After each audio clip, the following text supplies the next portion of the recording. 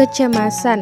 Menurut Kamus Kedokteran Dorland, kata kecemasan atau disebut dengan anxiety adalah keadaan emosional yang tidak menyenangkan berupa respon-respon psikofisiologis yang timbul sebagai antisipasi bahaya yang tidak nyata atau khayalan. Tampaknya disebabkan oleh konflik intrapsikis yang tidak disadari secara langsung.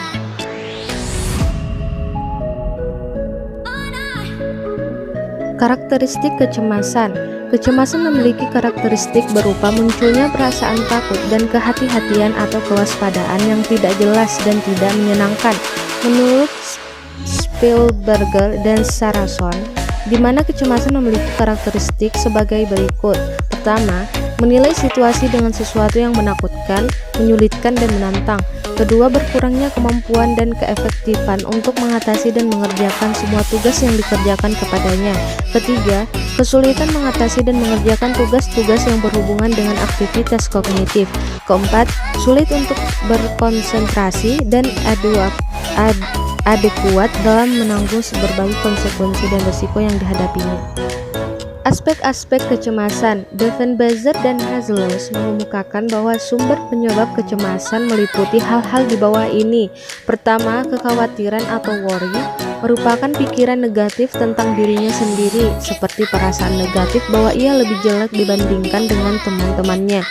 Kedua, emosionalitas atau emotionality sebagai reaksi diri terhadap rangsangan saraf otonomi seperti jantung berdebar-debar, keringat dingin, dan tegang. Ketiga, gangguan dan hambatan dalam menyelesaikan tugas merupakan kecenderungan yang dialami seseorang yang tertekan karena memiliki yang rasional terhadap tugas. Jenis-jenis kecemasan. Pertama, kecemasan rasional merupakan suatu ketakutan akibat adanya objek yang mengancam, misalnya ketika menunggu hasil ujian. Kedua, kecemasan irasional, yang berarti bahwa mengalami emosi ini di bawah keadaan-keadaan spesifik yang biasanya tidak dipandang mengancam.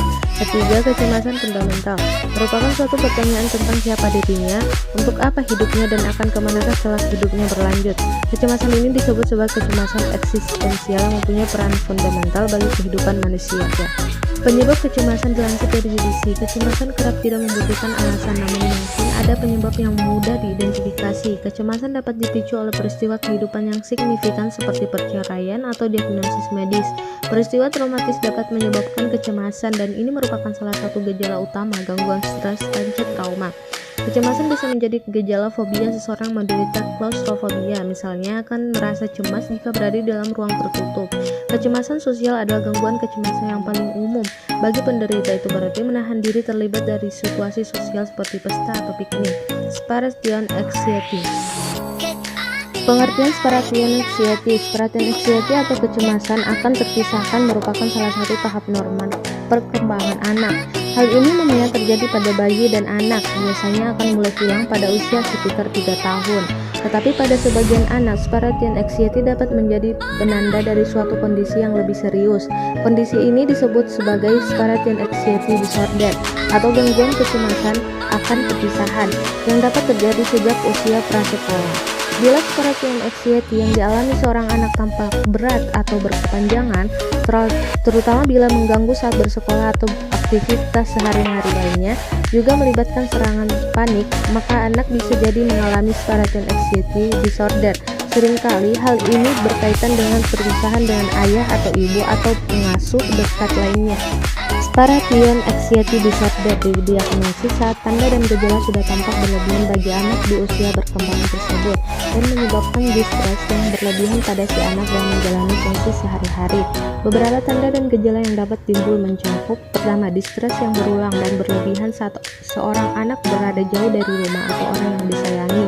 Kedua, rasa khawatir yang terus-menerus dan berlebihan yang berkaitan dengan kondisi kehilangan salah satu orang tua akibat penyakit atau bencana.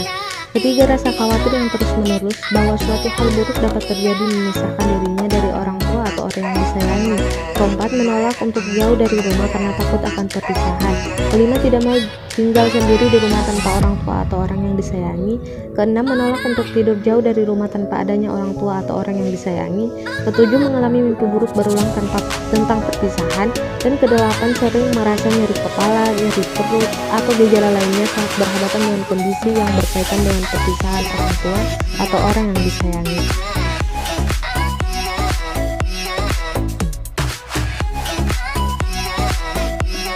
Faktor resiko dapat terjadi secara teen anxiety. Pertama, stres yang dialami sebelum atau kehilangan yang berujung pada perpisahan seperti penyakit atau kematian orang yang disayangi, kehilangan hewan peliharaan yang disayangi, perceraian orang tua atau pindah sekolah. Kedua, riwayat keluarga termasuk memiliki saudara kandung dengan masalah yang berkaitan dengan kecemasan atau gangguan kecemasan. Artinya, ada potensi sifat cemas tersebut dapat diturunkan. Ketiga, memiliki temperamen tertentu yang lebih rentan terhadap gangguan kecemasan dibandingkan orang lain. Keempat, masalah lingkungan seperti pengalaman mengalami bencana tertentu yang melibatkan perpisahan.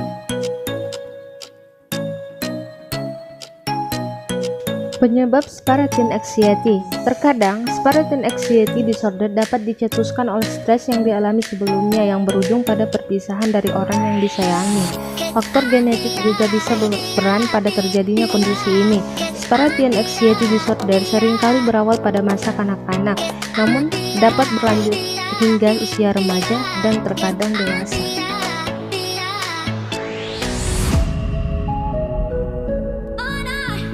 School refusal.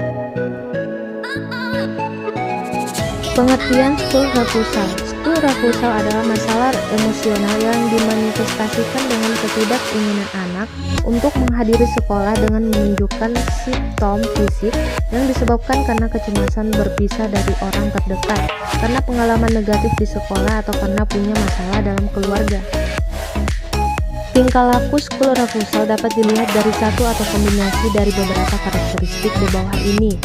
Pertama, absen dari sekolah, menolak pergi ke sekolah, tidak mau pergi ke sekolah. Kedua, hadir di sekolah tapi kemudian meninggalkannya sebelum jam sekolah usai. Ketiga, hadir di sekolah tapi menunjukkan tingkah laku yang tidak diharapkan. Dari tingkah laku menyendiri, tidak ingin pisah dari figur attachment-nya, agresif, tidak kooperatif sampai temper tantrum. Keempat, mengemukakan keluhan fisik dan keluhan lain dengan tujuan agar tidak pergi ke sekolah.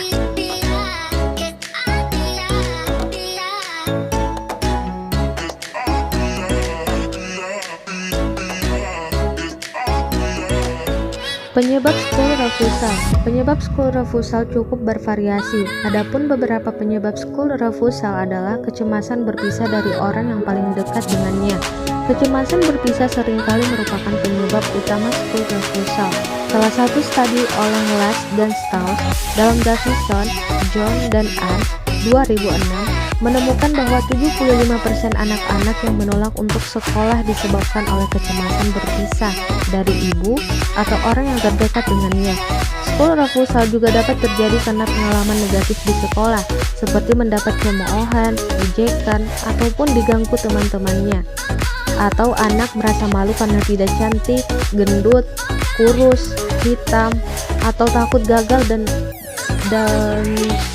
mendapat nilai buruk.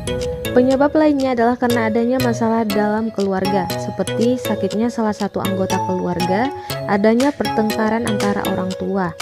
Salah satu tingkah laku school refusal yang dapat dilihat biasanya anak terlihat murung ketika waktu sekolah tiba, tidak bersemangat, atau malah mengeluh sakit ketika waktu pergi ke sekolah tiba.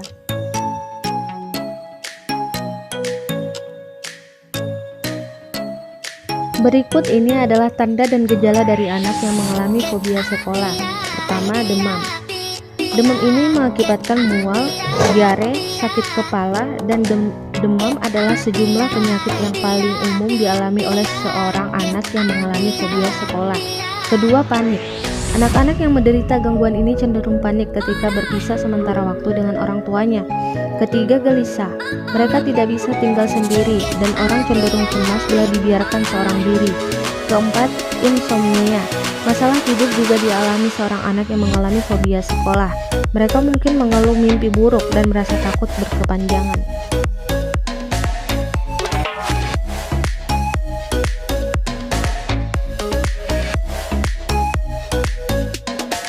Tingkatan school refusal.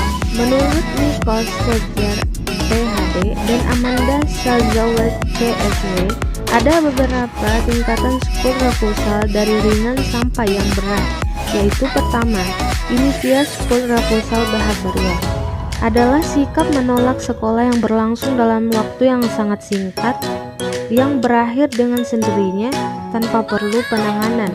Kedua, substantional school behavior adalah sikap penolakan yang berlangsung selama 2 minggu.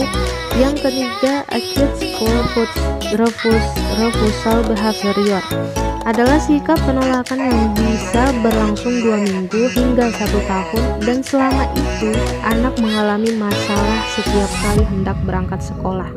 Keempat, chronic school refusal behavior adalah sikap penolakan yang berlangsung lebih dari setahun, bahkan selama anak tersebut bersekolah di tempat ini.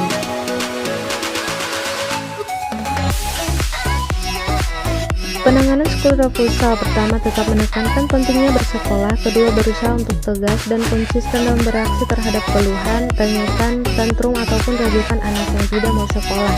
Ketiga, konsultasikan masalah kesehatan anak pada dokter. Keempat, bekerja sama dengan guru kelas atau asisten lain di sekolah. Kelima, luangkan waktu untuk berdiskusi atau berbicara dengan anak.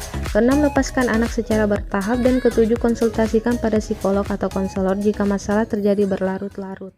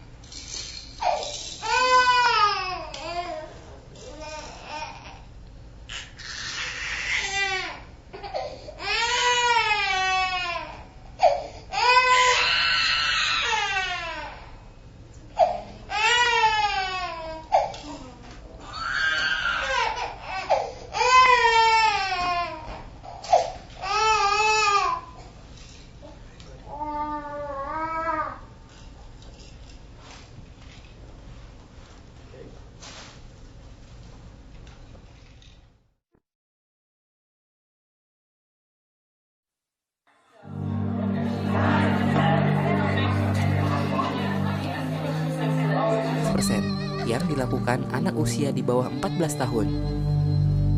Dan itu dilakukan di sekolah. Tingkat universitas menurun ke SMA, lalu SMP, bahkan sampai ke SD. Secara verbal, secara fisik, secara rasional, dan elektronik.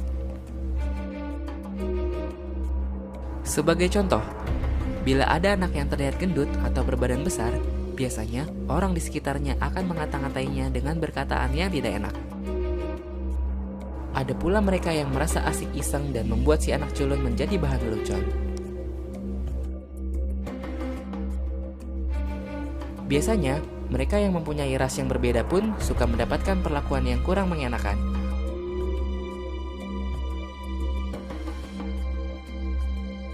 Zaman pun berubah.